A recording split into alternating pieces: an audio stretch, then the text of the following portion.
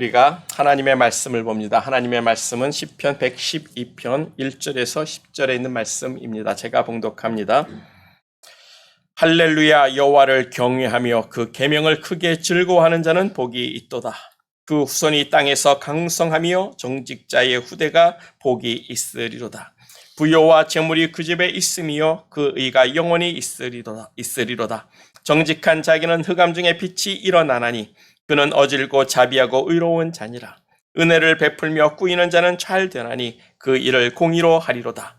저가 영영히 요동치 아니하며 의인은 영원히 기념하게 되리로다. 그는 흉한 소식을 두려워 아니하며 여호와를 의뢰하고 그 마음을 굳게 정하였도다. 그 마음이 견고하여 두려워 아니할 것이라. 그 대적에 받는 보응을 필경 보리로다. 저가 재물을 흩어 빈궁한 자에게 주었으니 그 의가 영원히 있고 그 뿔이 영화로이 들리리로다. 악인은 이를 보고 하나여 이를 갈면서 소멸하리니 악인의 소욕은 멸망하리로다. 아멘. 여기까지 봉독했습니다. 할렐루야. 우리 다 같이 한 번 더 할렐루야 합시다. 할렐루야. 아멘. 우리가 지금 봉독한 찬양은 할렐루야 시편이라고 했어요. 그 할렐루야 시편에 지난주 우리가 나눴던 말씀은 정직한 자의 신앙이라는 제목으로 우리가 말씀을 나눴던 것 아마 기억할 겁니다. 정직한 사람이란 하나님 앞에서 자기의 죄를 고백하고 자신의 죄를 사하신 그 하나님의 큰 일로 인하여 하나님을 전심 다해 온 마음을 다해 감사하고 찬양하고 순종하고 악에서 떠난 사람이라고 시편 111편에서 우리가 말씀을 나눴던 것 기억하실 거예요. 하나님의 큰 일이라 함은 우리를 위해서 독생자 예수 그리스도를 십자가에 내어주신 하나님의 그 큰 사랑입니다. 그 하나님의 사랑을 아는 사람은 어떻게 해요? 하나님을 경외하고 하나님을 두려워한다고 말씀을 하셨어요.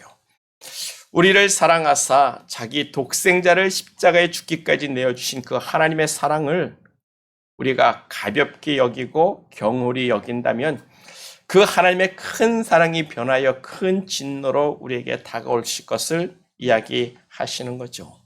하나님은 질투하시는 하나님이라고 했어요.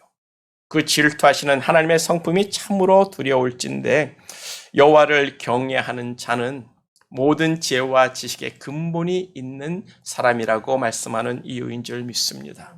우리가 훌륭한 지각을 가진 사람들이 돼서 그렇게 하나님을 두려워하고 하나님의 계명을 지켜 순종하는 사람들이 정직한 사람이라고 시인한 시편 111편에서 말씀을 드렸던 것 아마 기억하실 거예요. 그리고 오늘 이어지는 본문 시편 112편도 역시 같은 정직한 자의 신앙에 대한 말씀이 되고 있습니다. 할렐루야 시편으로서 지난주는 정직한 자의 신앙에 대해서 말씀을 해줬다면 이제는 정직한 자가 받을 하나님의 축복에 대해서 이야기를 해주고 있는 말씀이에요. 그래서 본문의 제목을 정직한 신앙인이 받을 축복이라고 정했는데 본문 1절은 이렇게 말합니다. 할렐루야, 여호와를 경외하며 그의 계명을 크게 즐거워하는 자는 복이 있도다. 우리가 함께 찬양했던 것은 주의 음성 기쁘다 기쁘도다 내가 왔사오니 복 주시옵소서. 그 찬양 부르면서 참 우리가 하나님의 복을 많이 받았으면 좋겠다는 생각을 가졌는데 오늘 본문 1절을 보니까 할렐루야 여호와를 경외하며 그의 계명을 지켜 크게 즐거워하는 자는 복이 있다고 하나님이 말씀해 주시는 거예요. 우리가 지난 2주 동안 스가랴서를 계속 묵상하고 있는데 그 말씀도 같은 말씀입니다. 여호와를 경외하고 순종하는 사람, 여호와 하나님께 순종하는 사람은 복이 있도다. 그렇게 여호와 하나님께 순종하는 사람이 하나님께 돌아온 사람이고 하나님께서 그들과 함께 하시며 그들이 수고하고 힘쓴 모든 일에 대해서 하나님께서 다 결실을 거두게 하실 것이라고 축복을 말씀해 주셨어요. 하나님은 그렇게 우리 믿음의 삶, 우리 믿음의 사람들 가운데서 간섭하십니다. 순종하는 사람에게도 간섭하사 복을 주시고 불순종하는 사람에게도 간섭하사 내게로 돌아오라고 삶의 큰 길을 막고 큰 돌을 세워 놓으시는 거예요. 그러나 순종할 때 큰 산아 네가 무엇이냐? 스룹바벨 앞에서 평지가 되리라. 그 말씀들이 우리들 가운데 이루어지기를 간절히 축복합니다. 우리가 순종할 때 우리의 삶을 가로막고 있는 큰 산들이 여러분들 앞에서 우리들 앞에서 평지가 되는 줄 믿습니다. 그렇게 우리를 간섭하시는 하나님을 우리가 경외해야 되는 거예요. 두려워해야 되는 거예요. 그래서 순종하자라고, 그렇게 순종하는 사람이 훌륭한 지각을 가진 사람이라고 지난 시편 111편은 말씀해 주셨습니다. 그래서 우리가 첫 번째로 정직한 신앙인들이 받을 축복은요, 후손에 대한 하나님의 축복의 언약입니다. 본문 2절이에요. 그의 후손들이 강성하며 정직한 자들의 후손이 복이 있으리로다. 아멘. 먼저 정직한 신앙인들의 자손들이 후손이 복을 받는다라고 하나님께서 말씀해 주시는 거예요. 하나님은 하나님 앞에서 자신의 죄를 제복하고 하나님의 은혜를 구하고 하나님의 도우심을 구하며 하나님께 순종하는 삶을 살고자 하는 그 정직한 신앙인들을 기억하시고 그 후손을 잊지 않겠다라고 말씀해 주시는 거예요. 우리 이창식 장로님도 우리의 자녀들을 위해서 축복 기도를 했는데 우리가 우리의 자녀들이 복 받는 게 그렇게 중요하지 않습니까? 우리가 복 받는 것도 참 중요해요. 그렇죠? 그런데 우리뿐만 아니라 이제는 우리 자녀들이 복 받기를 우리가 더욱더 간절히 소망하고 있는 줄 믿습니다. 나보다 우리 자녀들이 복 받는 것이 더 중요합니다. 왜냐하면 우리 시대는 이제 저물어가는 시대잖아요. 근데 이제 시작되는 우리의 자녀들이 하나님 안에서 복 받고 하나님의 사람으로 살고 하나님의 형통하심을 누리는 그런 자녀가 되기를 우리가 소망하고 있지 않겠습니까? 그것이 모든 신앙인들의 소망이기 때문에 오늘 본문도 정직한 자들이 아니라 정직한 후손들이 복받을 것을 먼저 말씀해주고 있는 거예요. 이 말씀을 준비하면서 저희 어머니가 생각이 났습니다. 참 저희 집안 어렵게 살았어요. 참 많이 어렵게 살다 보니까 하나님 앞에 11조를 낼 때마다 저희 아버님은 한편으로는 불평을 하고 좀 이렇게 안 냈으면 하는 생각을 가지고 이야기를 합니다. 그러면 저희 어머님은 옆에서 아버지에게 하시던 말씀이 있어요. 우리 시대는 어차피 끝나지 않았어. 이젠 우리 자녀들이 하나님께 복을 받아야 되지 않겠냐고 그렇게 말씀하시면서 그렇게 힘든 가정 속에서도 환경 속에서도 11조를 내고 늘 그러셨고 기도했던 어머님이 생각이 납니다. 그런 부모 때문에 우리가 복을 받고 있다고 생각을 해요. 맞습니다. 우리는 이제 끝나가는 시대 아닙니까? 우리가 복 받는 것보다 이제 우리의 자녀들이 하나님의 복을 받아야 하는 시기란 말이에요. 우리의 자녀들이 복을 받기 위해서 우리가 정직한 신앙인, 정직한 사람이 돼야 한다는 거예요. 이번 가을 기도회 기도 제목을 보면 다들 자녀를 위해서 기도하고 있지 않습니까? 그런데 자녀의 받을 하나님의 축복은요, 우리의 기도가 아닙니다. 우리가 금식해서 기도하는 것도 아니에요. 뭐라고 말씀합니까? 순종이 먼저라고 말씀하고 있어요. 자녀들이 하나님의 복을 받기 원하신다면 우리가 먼저 하나님 앞에 정직한 신앙인, 하나님께 순종하는 신앙인으로 살아야 하는 거예요. 그래야 우리 자녀들이 하나님의 축복을 받고 강성해지는 줄 믿습니다. 그래서 오늘 본문에서도 그 말씀을 해주고 있는 것 아닙니까? 출애굽기 20장 5절과 6절을 보면 이런 말씀이 있어요.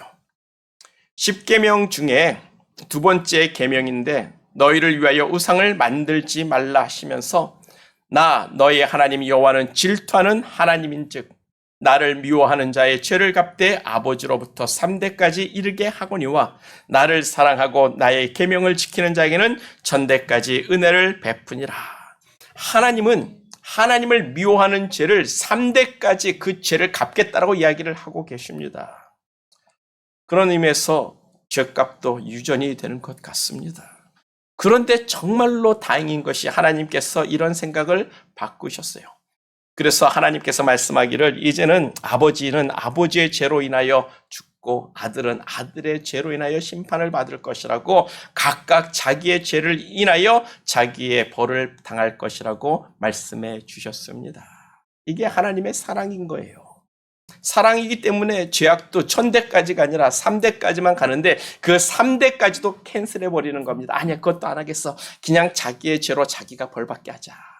그렇게까지 하나님이 바꿔주셨습니다. 그렇다면 하나님을 사랑하고 하나님의 계명을 지키는 신앙인들에 대한 하나님의 축복은요, 비교가 안 되는 것 아닙니까? 3대까지 간다는 거 없애주셨는데 하나님은요, 이 하나님을 사랑하고 계명을 지키는 자에 대한 축복은 천대까지 이렇게 하겠다라고 말씀을 하고 있는 거예요. 하나님은 그렇게 정직한 신앙인들, 하나님이 보기에 정직한 신앙인들을 영원히 기억하시겠다고 말씀을 하고 있습니다. 이 말씀이 얼마나 중요한 말씀인지 우리가 기억하기를 축복합니다. 우리의 자녀들이 하나님께 돌아오고 하나님의 축복을 얻기를 원하신다면 우리들이 먼저 하나님을 사랑하고 하나님의 계명 말씀을 지키고 순종하는 정직한 삶을 살아야 한다는 거예요. 그것이 우리 자녀들이 하나님의 복을 받는 비결입니다. 우리 자녀들뿐만 아니라 우리의 손주, 손녀들까지도 복을 받습니다. 천다라고 이야기를 하셨어요. 그런 의미에서 정말 그러한지 우리의 믿음의 선배들을 한번 생각해 봤으면 좋겠습니다. 제가 이 말씀을 준비하면서 한번 찾아봤어요. 지난주 말씀을 드릴 때도 이 미국을 세운 사람들의 신앙에 대해서 잠시 말씀을 드렸습니다. 미국을 영국으로부터 독립하고 이 미국이란 나라를 세운 사람들은요, 독립선언문에서부터 하나님이 우리를 만드셨다고, 평등하게 만드셨다고, 창조하셨다고 하나님의 창조를 독립선언문에 기록을 했습니다. 또 1990년대 되면서 이제 공산주의가 막 이렇게 일어나지 않습니까? 하나님이 없다고 하는 공산주의가 이 세상을 득세할 때 이 미국의 선배들은 우리는 하나님을 믿습니다라고 그 고백을 모든 돈과 국회의사당에 다 적어놨어요. 새겨놨습니다. God we trust라는 문구를 다 새겨놨어요. 그렇게 미국 조상들은, 미국의 선배들은 하나님을 믿는 신앙을 지키겠다고 그렇게까지 자신들의 신앙을 앞세우고 발표하고 내세우고 증거한 사람들이에요. 미국이 그런 나라입니다. 그래서 저는 미국이 강하게 복받은 나라라고 생각을 해요. 여러분들은 미국의 애국가죠. 그 애국가 3절 가사를 혹시 아시는 분이 있습니까?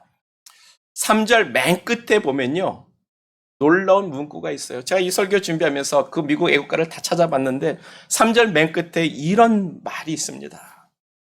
And this be our motto. In God is our trust라고. 3절 맨 끝에, 가사 끝에 이 말이 있는 거예요. 우리의 모토는, 우리의 좌우명은 우리는 하나님 안에서 믿는 트러스트 신앙이다. 신뢰함이라고. 그 애국가 3절 가사 있는데 맨날 1절만 부르니까 그 3절에 있는 이 가사는 우리가 모르고 있고 못 부르고 있는 거예요. 이거 대단한 고백 아닙니까? 우리의 좌우명은 우리는 하나님을 믿는다. 그 하나님을 믿는 믿음으로 이 땅을 개척해 나가고 이 세상에서 악과 싸워나가면서 경찰 국가가 되고 공산주의와 싸워나가면서 우리의 모토는 하나님을 믿는 거야. 거기에 대한 신앙을 가지고 그들은 노래를 부르고 애국가를 부르고 하나님을 위해서 싸우는 그런 신앙의 삶을 살고자 했던 겁니다. 참 대단하지 않습니까? 이 문구가 마지막 3절인 게 너무 안타깝더라고요. 맨날 1절만 부르니까 우리가 모르고 있었던 가사인데 참 대단한 이 민족이라고 생각합니다. 저는 이 미국 이 선배들이 참 감사했어요. 또 다음 주가 추수감사주일인데 우리가 말하면 뭐합니까? 맨날 청교도 신앙, 필그림 신앙, 천교도의 신앙이란 이 미국을 세웠다라고 우리가 이야기하지 않습니까? 그들의 신앙은 고난 중에도 하나님께 감사하는 그 신앙이었다고 우리가 기억하는데 그 신앙을 기억하고 추수감사절을 정한 미국이란 말이에요. 그 조상들의 신앙에 따라 하나님께서 이 나라를 축복해 주셨고 그 후손들이 강성하리라 하셨던 그 말씀대로 이 나라를 세계에서 가장 강한 나라가 되게 하셨습니다. 이 축복이 정직한 자의 후손은 강성하리라는 이 축복이 말씀대로 되는 거예요. 물론 이 말씀에 제 말에 반대하실 분도 있을 겁니다. 지정학적으로 위치가 좋으니 자원이 풍부하니 아니 참 기회가 좋았느니 뭐 기타 등등 여러 가지 이유로 이 미국이 이렇게 강하게 된 이유를 찾을 수도 있을 거예요. 그러면 이번에 한번 우리 대한민국을 생각해 보자고요. 조선이 망하고 37년간 일본 식민지 통치를 받았습니다. 그리고 1945년에 해방이 되고 독립했을 때 그 당시 대한민국은 세상에서 가장 가난한 나라 중에 하나였어요. 그 가난한 나라가 6.25 전쟁을 통해서 아주 거지 나라가 되어버렸습니다.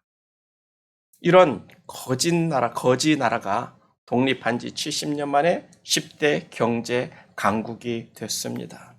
요즘 유튜브를 보면 이 대한민국의 국뽕이 정말 대단합니다. 제가 이거 좀 심한 거 아닌가 할 정도로 국뽕이 대단해요. 자부심이 대단합니다. 그렇게 대한민국이 경제면 경제, 문화면 문화, 그리고 군사적으로도 세계 6강이라고까지 이야기를 하는데 이런 가난한 나라, 거지가 되었던 이 나라가 이렇게 강성한 나라가 될 수 있었던 이유가 여러분들은 뭐라고 생각하십니까? 우리나라가 지정학적으로 좋은 어떤 이유가 있었습니까? 우리나라는 그냥 강대국, 소련, 중국, 일본 이런 나라를 끼고 있는 정말 약소국이에요. 그렇다고 자원이 풍부합니까? 가진 게 있습니까? 사람이 똑똑하다라고 이야기도 하기도 하는데 저는 아니라고 생각해요. 우리의 믿음의 조상을 잘 둔 탓이라고 믿습니다. 1919년 상해 임시정부가 탄생할 때 만든 임시정부 헌법을 보면요. 맨 처음에 이렇게 시작합니다. 신의 뜻과 국민의 뜻에 의하여 중에 협의하고 중간중간 생략하고 다시 조직된 임시정부는 임시의정원의 결의로 독립선언문을 선포하노라. 한 국가의 헌법 전문은 국가의 철학과 사상을 담고 있는 거죠.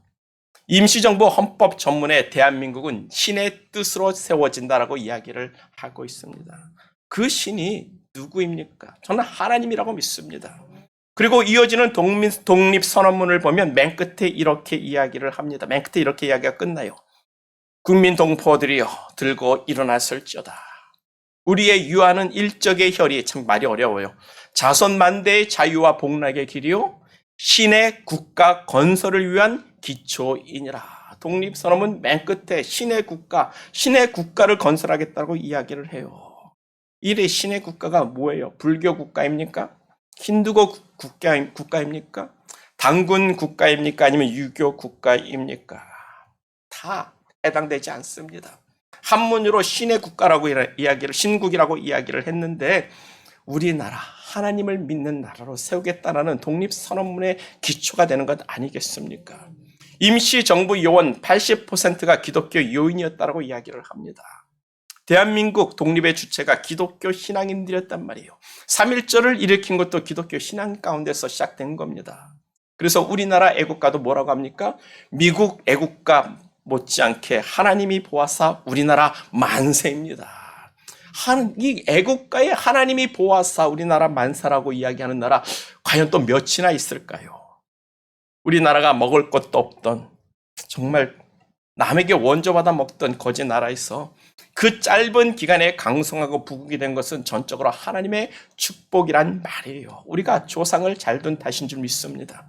대한민국 설립 목적을 하나님의 뜻으로 하나님의 나라를 세우는 것을 목적으로 했기 때문에 하나님께서 세상에서 유일하게 가난한 나라를 가장 강하고 부한 나라가 돼서 세계에 많은 선교사를 파송하는 교회로 만들어 주셨다라는 거예요.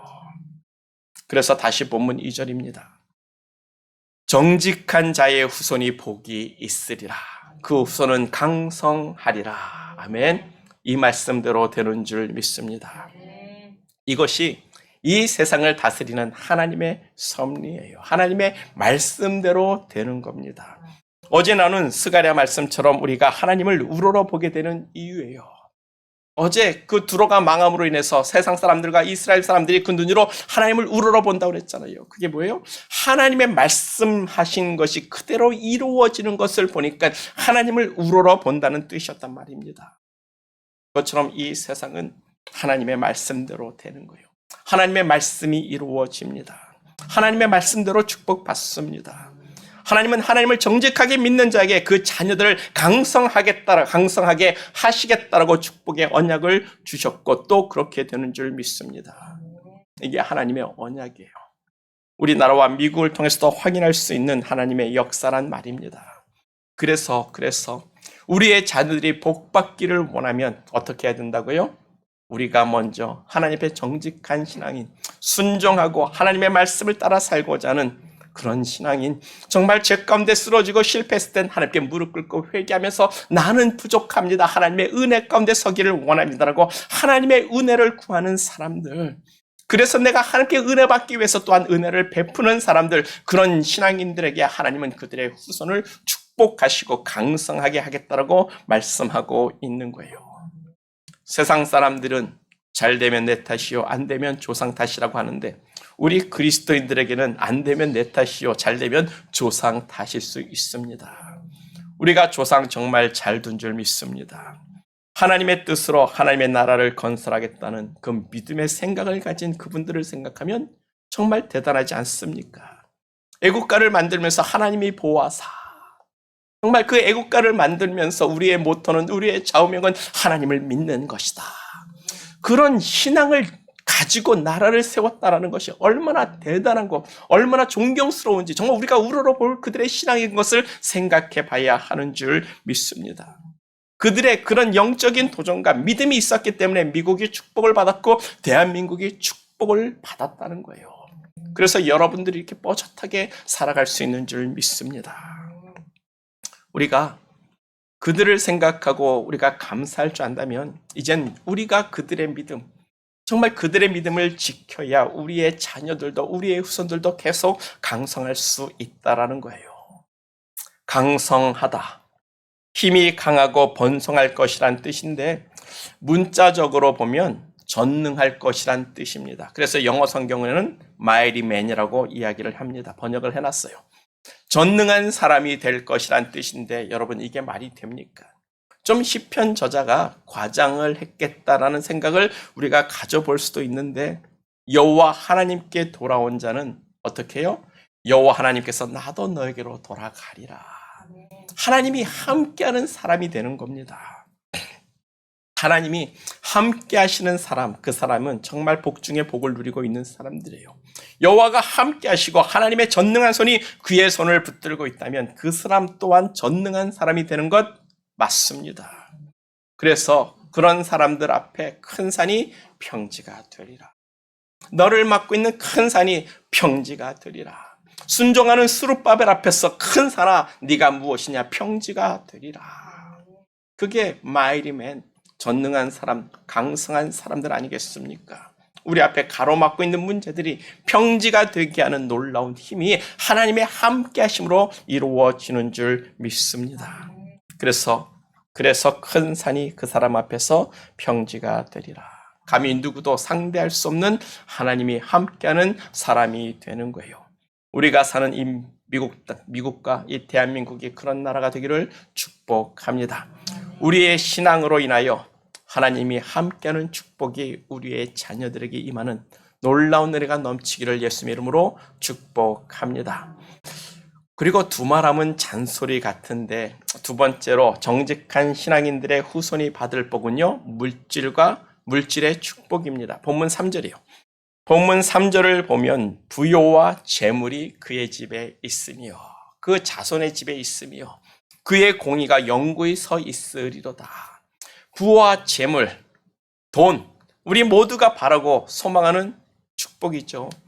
우리들도 다 부자 되기 원하지 않습니까? 그래서 가끔가다 복권도 사가지고 막 긁어보고 행운 안 생기나 뭐 큰 돈 안 생기나 해보고, 뭔가 어디 투자할 때 쓰이면 투자처를 찾아보기도 하고, 좀 뭔가가 좀 갖고 싶은 우리의 욕망은 누구나 다 있을 겁니다.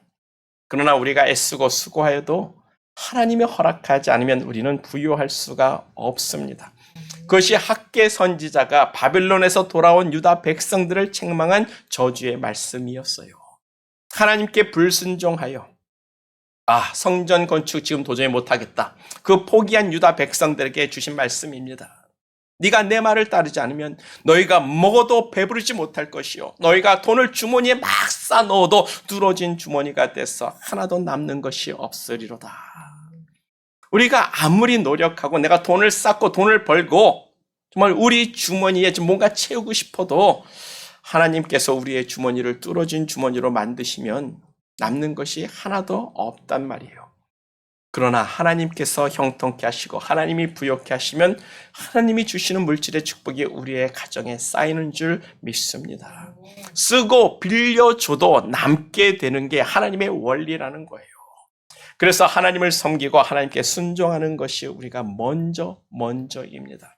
그 순종이 또한 우리의 의가 되는 거예요. 그래서 부의 축복은 순종의 의, 믿음의 의, 행함의 의가 먼저 서 있어야 따라오는 축복이 되는 겁니다. 그래서 본문의 말씀에 뭐라 그래요? 그의 의가 영원히 있으리로다. 그의 집에 영원히 있으리로다. 아멘. 그러면 우리 자녀들이 그렇게 하나님의 축복을 받고 그의 의도 세워지고 부유하고 강성한 자녀들이 될 줄 믿습니다.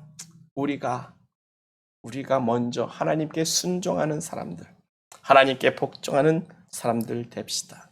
우리가 매일같이 저녁 8시에 기도하는 그 축복보다 우리가 하나님 앞에 정직하게 사는 신앙인이 되는 것이 더 훨씬 중요한 말씀이 되고 있는 거예요. 그리고 두 번째로 후손이 받을 복 다음에 이제 정직한 신앙인, 우리들에 대해서 복을 말씀해 주고 있어요. 정직한 신앙인이 받을 복을 말씀하고 있습니다. 본문 4절이에요. 정직한 자들에게는 흑암 중에 빛이 일어나나니 그는 어질고 자비하고 의로운 자로다. 하나님은 정직한 신앙인들이 받을 복도 잊지 않고 말씀해 주시고 있습니다. 그 첫 번째로 정직한 자들이 받을 복은요, 흑암 중에 빛이 일어나리라. 아멘.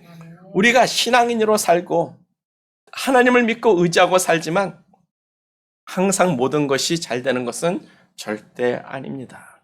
항상 우리를 대적하고 있는, 우리를 시험하고 있는, 우리를 넘어뜨리려고 하는 사탄 마귀가 있어서 우리를 가만히 놔두지 않아요. 그래서 때로는 크리스천 라이프 우리가 하나님을 잘 믿고 살려고 해도 흑암의 시대, 어두운 시대, 고난의 시대가 우리에게 다가올 수가 있습니다. 그래서 갑자기 병도 들고 사업도 망하고 우리가 원하지 않는 일들로 인해서 우리가 고통을 당할 때가 있단 말이에요. 이런 때를 흑암의 때라고 말씀하는 줄 믿습니다. 그러한 때에 정직한 자들은 하나님께서 그냥 내버려 두지 않겠다라고 말씀하는 거예요. 그 흑암의 세월 중에 하나님이 빛을 발하시고 우리를 어두운 가운데서 건져 주시겠다라는 언약의 말씀이 되고 있는 거죠. 그런데 왜 그들에게 빛을 발하시고 하나님께서 그들을 건져 주시는가? 그 정직한 신앙의 이유를 이렇게 말씀하고 있습니다. 그들은 어질고 그들은 자비하고 그들은 의로운 자들이기 때문이라는 거예요. 어질다 이 말은요, 은혜를 베푸는 자였다라는 말입니다. 은혜를 베푸는 자였고 자비하다는 자는 사람을 불쌍히 여기는 사람이었고 의로운 자라는 것은 하나님의 뜻을 행하는 자라는 의미가 되는 거예요. 그래서 정직했다라는 겁니다. 하나님이 보기에 정직한 신앙이었고 순종하는 사람이었다는 거예요. 그런 사람들에게는 흑암 중에도 빛이 일어나리니 그들의 소망과 그들의 희망을 열어주시고 그들이 하나님의 은혜 가운데 일어서게 될 것을 말씀해 주고 있는 거예요. 그래서 첫째도 순종입니다.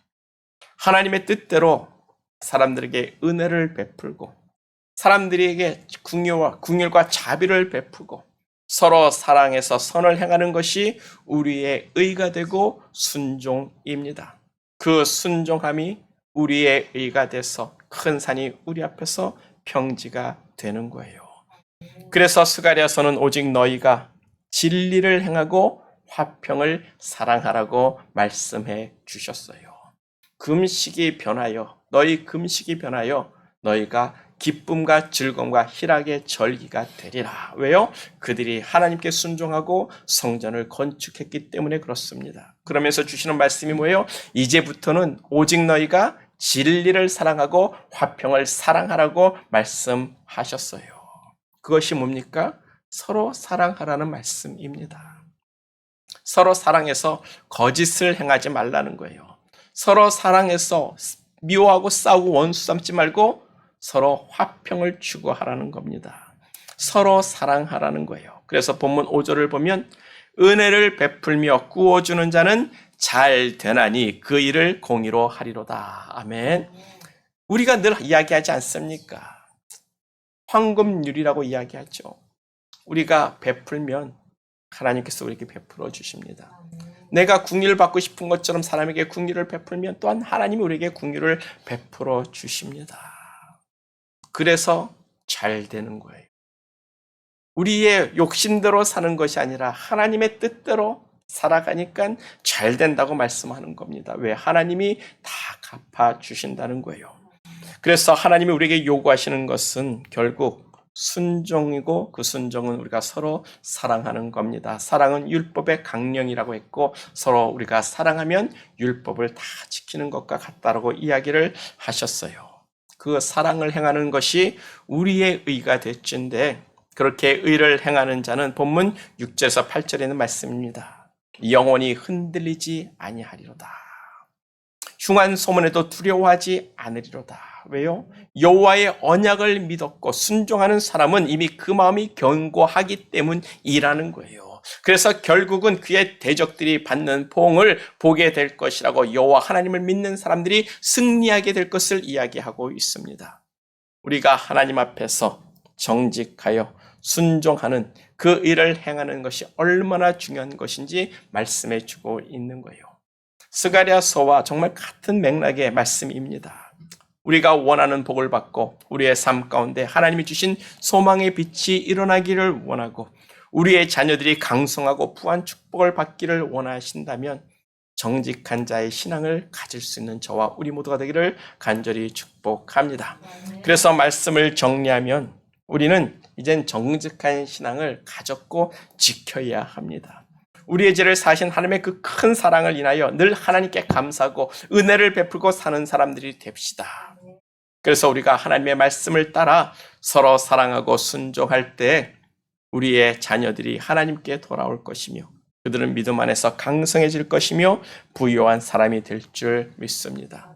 우리가 그렇게 정직한 신앙인으로 살 때 하나님께서 여러분들의 삶 가운데 빛을 발하사 우리를 막고 있는 큰 산 같은 문제들, 도저히 우리가 해결할 수 없는 그 큰 문제들이 평지가 됐고 우리의 믿음이 하나님을 영화롭게 하는 귀한 믿음의 사람이 될 줄 믿습니다. 우리 다 같이 기도하겠어요.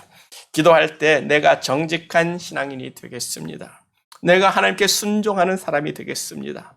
내가 하나님 순종하여 서로 사랑하는 사람 되겠습니다. 이제 우리의 자녀를 축복하여 주시고 우리의 의가 하나님 앞에 서게 하여 주시옵소서. 순종의 마음을 새롭게 하며 우리가 하나님께 다 같이 기도하겠습니다. 다 같이 기도합니다.